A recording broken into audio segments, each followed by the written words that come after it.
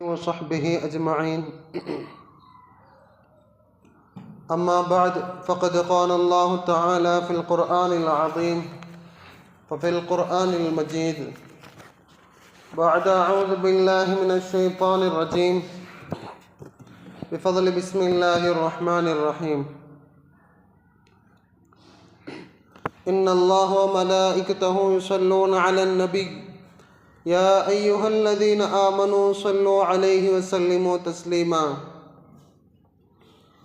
اللهم صل على محمد عبدك ورسولك وصل على المؤمنين والمؤمنات والمسلمين والمسلمات وبارك على محمد وأزواجه وذريته.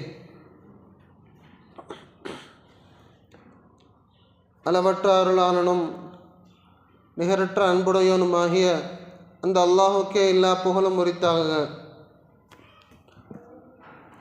அகிலத்திற்கோர் அருள் பிளம்பாய் இந்த அவனியிலே வந்துதித்த எம்பெருமான ரசூலை கரீம் ஸல்லல்லாஹு அலைஹி வஸல்லம் அன்னவர்களின் மீதும் அன்னவர்களின் சுன்னத்துகளை பேணி பின்பற்றி வாழ்ந்த உத்தம சத்திய சஹாபாக்கள், தாபிஐன்கள், தபா தாபிஐன்கள், நாதாக்கள், சுஹதாக்கள், இன்னும் உலகத்தில் வாழ்ந்து கொண்டிருக்கக்கூடிய அனைத்து அல்லாஹ்வின் நல்லடியார்கள் மீதும் இந்த மஜ்லிஸிலே அமர்ந்திருக்கக்கூடிய இன்னும் வெகு விரைவில் அல்லாஹுடைய நாட்டத்தின் பெயரால் அமரவிருக்கக்கூடிய நம் அனைவர்கள் மீதும் அல்லாஹுடைய சாந்தியும் சமாதானமும் என்றென்றும் நின்று நிலவட்டுமாக. கண்ணியத்திற்குரிய அல்லாஹ்வின் அடியார்களே, அல்லாஹுடைய மாபெரும் கிருபையால் புனிதமிகு ரமலானுடைய மாதத்திலே நாம் இருந்து கொண்டிருக்கின்றோம்.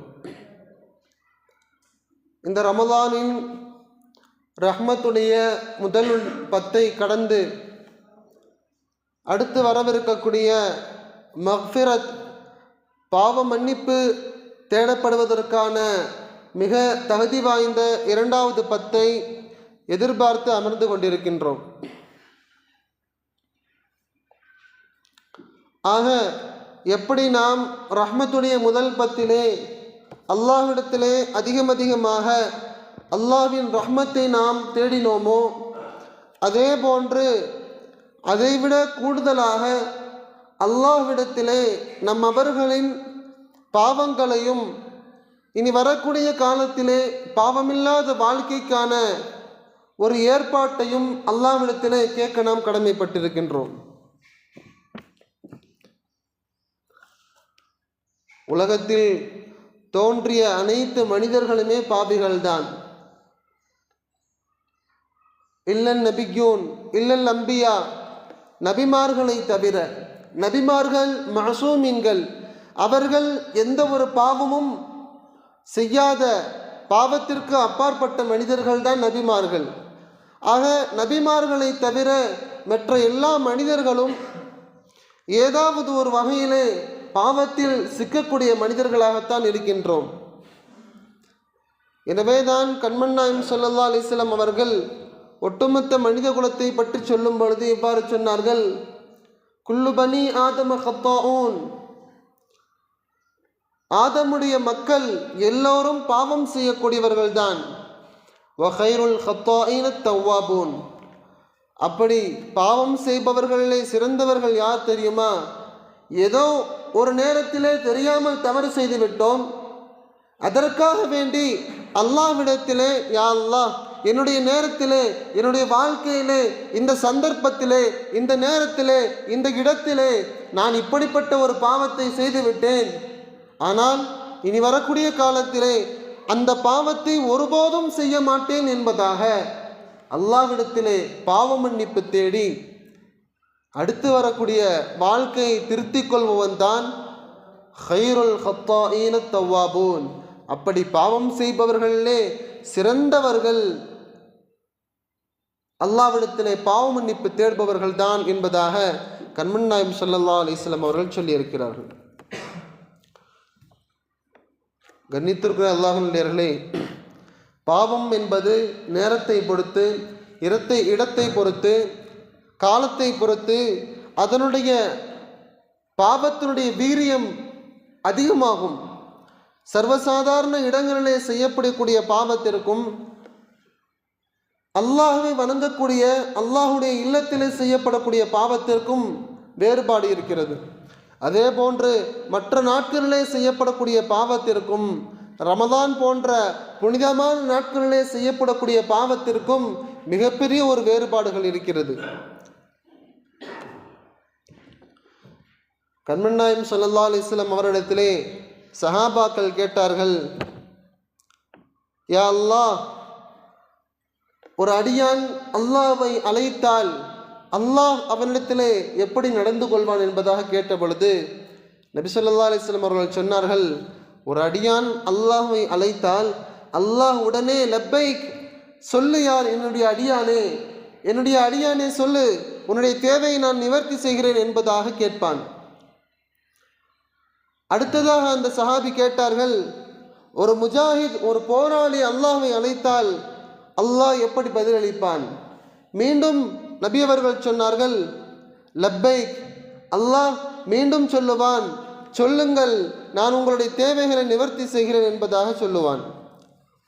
மூன்றாவதாக கேட்டார்கள், ஒரு நோன்பாளி அல்லாஹ்வை அழைத்தால் அல்லாஹ் என்ன பதிலளிப்பான்? அப்பொழுதும் நபி அவர்கள் சொன்னார்கள், அல்லாஹ் சொல்லுவான், லப்பைக், சொல்லு என் அடியானே, உன்னுடைய தேவையை நான் நிவர்த்தி செய்கின்றேன் என்பதாக. ஒரு ஒட்டுமொத்த உலகத்தையும் துறந்த ஜாஹித், உலக பற்றே இல்லாத மனிதர் அல்லாஹ்வை அழைத்தால் கூட அல்லாஹ் சொல்லுவான், லப்பைக், சொல்லு என் அடியானே, உன்னுடைய தேவை என்ன என்ன என்று சொல்லு, நான் அதை நிவர்த்தி செய்கிறேன் என்பதாக சொல்லுவான். கடைசியாக அந்த சஹாபி கேட்டார்கள், ஒரு பாவி அல்லாஹ்வை அழைத்தால் அல்லாஹ் எப்படி பதிலளிப்பான் என்று கேட்ட பொழுது நபி அவர்கள் சொன்னார்கள், லப்பைக் லப்பைக் லப்பைக், அல்லாஹ் பதறுவான், அல்லாஹ் அவனுடைய சந்தோஷத்தை வெளிப்படுத்துவான், என்னுடைய அடியான் என்னின் பக்கம் மீள ஆரம்பித்து விட்டான், என்னுடைய பேச்சை கேட்க ஆயத்தமாகிவிட்டான் என்பதாக அல்லாஹ் பூரிப்பு அடைவான். பிறகு நபி அவர்கள் சொன்னார்கள், முன் சென்ற எல்லா நல்லடியார்களும் அல்லாஹ்வை அழைத்தது என்னுடைய அமல் ஏற்றுக்கொள்ளப்பட வேண்டும், என்னுடைய அமலின் பொருட்டால் எனக்கு இன்னென்ன சிறப்புகள் கிடைக்க வேண்டும் என்பதாக அவர்களுடைய தேவையைத்தான் கேட்டார்கள். ஆனால் கடைசியாக என்னுடைய பாவியான அடியான் அழைத்தான் அல்லவா, அந்த அழைப்பு அவருடைய தேவைக்காக அல்ல, என்னிடத்திலே என்னுடைய ரஹ்மத்தை பெற, என்னிடத்திலே அவருடைய பாவ மன்னிப்பை கேட்பதற்காக வருந்தி அல்லாஹ் என்னை மன்னிக்க மாட்டானா என்ற ஒரு ஏக்கத்தோடு என்னை அழைத்தான். எனவேதான் அல்லாஹ் அந்த அடியானை மற்ற எல்லா அமல்கள் செய்யக்கூடிய பெரும்பெரும் ஆமில்களுடைய அழைப்பை விட இந்த ஒரு பாவிக்கு அல்லாஹ் அவ்வளவு மிக முக்கியத்துவம் கொடுக்கின்றான் என்பதாக சொன்னார்கள். கண்ணியத்திற்கு அல்லாஹ்வுடையவர்களே, பாவத்தினால் ஏற்படக்கூடிய விபரீதங்களை முதலாவதாக நாம் அறிந்தால்தான் அந்த பாவத்தை விட்டும் தௌபா செய்வதற்கான எண்ணம் நம்மவர்களுக்கு ஏற்படும். பாவத்தை விட வேண்டும், பாவத்தை விட வேண்டும் சொல்வதின் காரணமாக நாம் பாவத்தை விட்டுவிட முடியாது.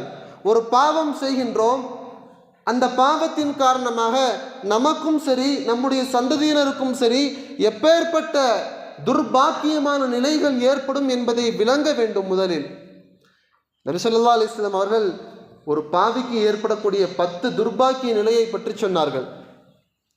முதலாவதாக, ஒருவன் பாவம் செய்தால் அந்த பாவத்தின் காரணமாக லஅனத்துல்லாஹ், அல்லாஹ்வுடைய சாபம் அவன் மீது ஏற்படுகிறது. வலஅனத்துல் மலாயிகா, இன்னும் மலக்குமார்களுடைய சாபமும் ஏற்படுகிறது. வலஅனத்து ரசூலி, இன்னும் அல்லாஹ்வுடைய தூதர்களுடைய சாபமும் அந்த பாவியின் மீது ஏற்படுகிறது. உலமாக்கள் இவ்வாறு கூறுவார்கள், அல்லாஹ் ஒருவருடைய சாபம் எந்த மனிதன் மீது ஏற்பட்டு விட்டதோ அந்த மனிதனுடைய அந்த பாவத்தின் காரணமாக 7 தலைமுறையினருக்கு அதனுடைய வீரியம் ஏற்படும், அதனுடைய தாக்கம் ஏற்படும். அதனுடைய தாக்கம் என்றால் என்ன? தொழுகையிலே மன ஓர்மை இருக்காது, அவனால் நல்ல அமலை செய்வதற்கான எந்த ஒரு தூண்டுதலும் இருக்காது, மனசிலே ஒரு நல்ல அமலை செய்யும் பொழுது அதிலே ஒரு சந்தோஷம் ஏற்படாது. இது போன்றுதான் ஒரு மனிதர் பாவம் செய்தால் அல்லாஹ்வுடைய சாபம் அந்த மனிதன் மீது ஏற்பட்டால் 7 தலைமுறையினருக்கு அதனுடைய பிரதிபலிப்பு ஏற்படும் என்பதாக சொன்னார்கள். அதே போன்று ரசூலுடைய சாபத்தை பெற்றால் அதற்கு அடுத்து வரக்கூடிய 3 தலைமுறையை பாதிக்கும் என்பதாகவும் சொன்னார்கள். பிறகு இரண்டாவது விஷயம், யார் இப்படிப்பட்ட பாவமான காரியங்களை செய்கிறார்களோ, அல்லாஹ்விற்கு மாற்றமான அல்லாஹ்வுடைய கட்டளைக்கு மாறான விஷயங்களை செய்கிறார்களோ, அவர்களுக்கு மஈஷத்தன் வன்கா, நெருக்கடியான வாழ்க்கையை அல்லாஹ் ஏற்படுத்தி தருவான். நாம் எல்லாம் என்ன நினைத்து கொண்டிருக்கின்றோம்? பொருளாதாரம் இல்லாத ஏழைகள் தான் நெருக்கடியான வாழ்க்கையில் இருக்கின்றார்கள் என்பதாக நினைத்து கொண்டிருக்கின்றோம். விஷயம் அவ்வாறல்ல. பெரும் பெரும் பணக்காரர்களை பார்த்திருக்கின்றோம். அவர்களிடத்திலே கோடிக்கணக்கான சொத்துகள் இருக்கின்றது. ஆனால் அவர்களிடத்திலே ஒரு சொத்து நிம்மதி இல்லை, படுத்தால் தூக்கம் வருவதில்லை. இதுவும் ஒரு வகையான நெருக்கடியான வாழ்க்கை தான். ஆக பாவத்தின் காரணமாக இரண்டாவதாக ஏற்படக்கூடியது நெருக்கடியான வாழ்க்கை. மூன்றாவதாக ختمallahu ala qulubihim wa ala sam'ihim wa ala absarihim ghishawa, அல்லாஹ் அந்த பாவியினுடைய பார்வையிலும் அவனுடைய செவியிலேயும் அவனுடைய உள்ளத்திலேயும் ஒரு விதமான முத்திரையை இட்டு விடுவான். அது எப்படிப்பட்ட முத்திரை தெரியுமா? அவன் அடுத்து தன்னுடைய மரணம் வரை எப்படிப்பட்ட உலகத்தில் உள்ள மிகச்சிறந்த பேச்சாளர்கள் அவன் முன்னால் பேசினாலும் சரி, உலகத்தில் உள்ள மிகப்பெரிய இறைநேசர்கள் வந்து அவனுக்கு உபதேசம் செய்தாலும் சரி, அவனுடைய உள்ளம் சிறிதளவு கூட நல்ல விஷயத்தை பற்றி கவலைப்படாது. தன்னுடைய பாவத்தை உணர்ந்து அல்லாஹ்விடத்திலே தௌபா செய்ய வேண்டும் என்ற எண்ணம் ஒரு சொட்டு கூட ஏற்படாது. இதுதான் பாவத்தினால் ஏற்படக்கூடிய மூன்றாவது பாதிப்பு. நான்காவதாக சொன்னார்கள், அந்த மனிதனுக்கு சோதனை மேல் சோதனை வந்து கொண்டே இருக்கும். கண்ணியத்திற்குரிய அல்லாஹ்வினுடையவர்களே, சோதனை என்றவுடனே எல்லா விதமான சோதனையுமே அல்லாஹ்வின் மூலமாக ஏற்படக்கூடிய பாவிக்கான தண்டனை என்பதாக நினைத்து விடக்கூடாது. பல நபிமார்களுக்கு சோதனை வந்திருக்கிறது. அதுவெல்லாம் தண்டனை அல்ல, அது அல்லாஹ்வின் மூலமாக ஒரு விதமான அவர்களுக்கான தர்ஜாவை உயர்த்துவதற்கான ஒரு பரிசோதனை தானே தவிர அல்லாஹ்வின் மூலம் ஏற்படக்கூடிய கோப பார்வையோ அல்லது வேதனையோ அல்ல.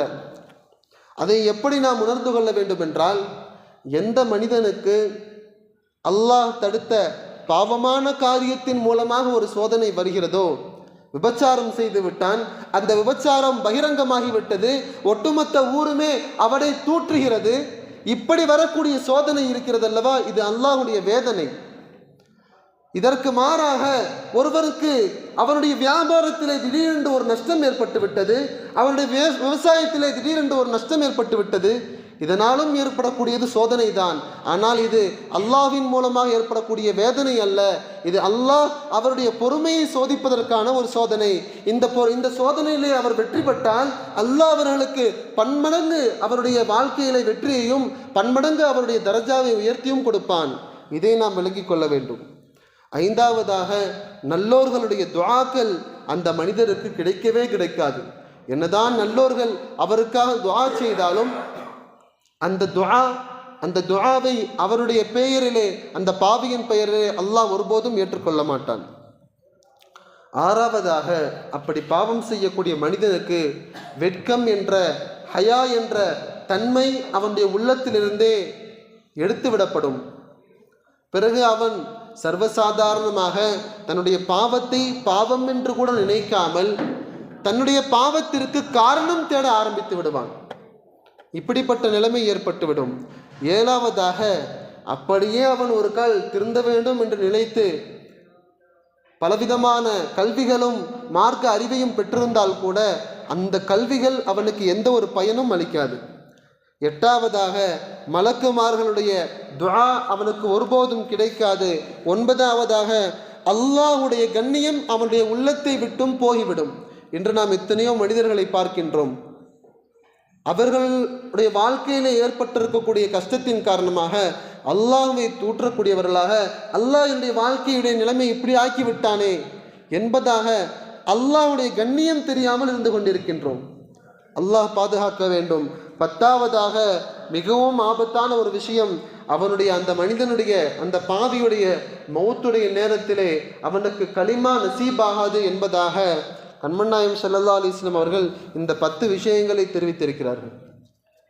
அல்லாஹ்வின் நல்லடியார்களே, நாம் எல்லா நேரத்திலும் அல்லாஹ்வுடைய பாவ மன்னிப்புடைய வாசல் திறந்து கொண்டுதான் இருக்கிறது. குறிப்பாக இனி வரக்கூடிய 2வது 10 பாவ மன்னிப்பிற்காக வேண்டியே உள்ள அந்த 10 நாட்களை நாம் முழுமையான முறையிலே அவர்களுடைய பாவத்தை மன்னிக்க வேண்டும் என்பதற்காக அல்லாஹ்விடத்திலே துஆ செய்ய கடமைப்பட்டிருக்கின்றோம். நபி ஸல்லல்லாஹு அலைஹி வஸல்லம் அவருடைய காலத்திலே ஹஜ்ரத் அபூ ஹுரைரா ரலியல்லாஹு அன்ஹு அவரிடத்திலே ஒரு பெண்மணி வந்து இவ்வாறு சொன்னார்கள், யா அபா ஹுரைரா, நான் ஒரு விபச்சாரம் செய்து விட்டேன், அதன் மூலமாக பிறந்த குழந்தையும் கொன்றுவிட்டேன், எனக்கு மன்னிப்பு கிடைக்குமா என்று கேட்டார்கள். அபூ ஹுரைரா ரலியல்லாஹு அன்ஹு அவர்களுக்கு கடுமையான கோபம் வந்துவிட்டது. உடனே அந்த பெண்ணை என் முன்னாலே நிற்காதே, உன்னையெல்லாம் அல்லாஹ் எப்படி மன்னிப்பான் என்பதாக துரத்தி விட்டார்கள். பிறகு நபி அவர்களிடத்தில் வந்து நடந்த விஷயத்தை சொன்ன பொழுது நபி ஸல்லல்லாஹு அலைஹி வஸல்லம் அவர்கள் அபூ ஹுரைரா ரலியல்லாஹு அன்ஹு அவர்களை கண்டித்தார்கள்.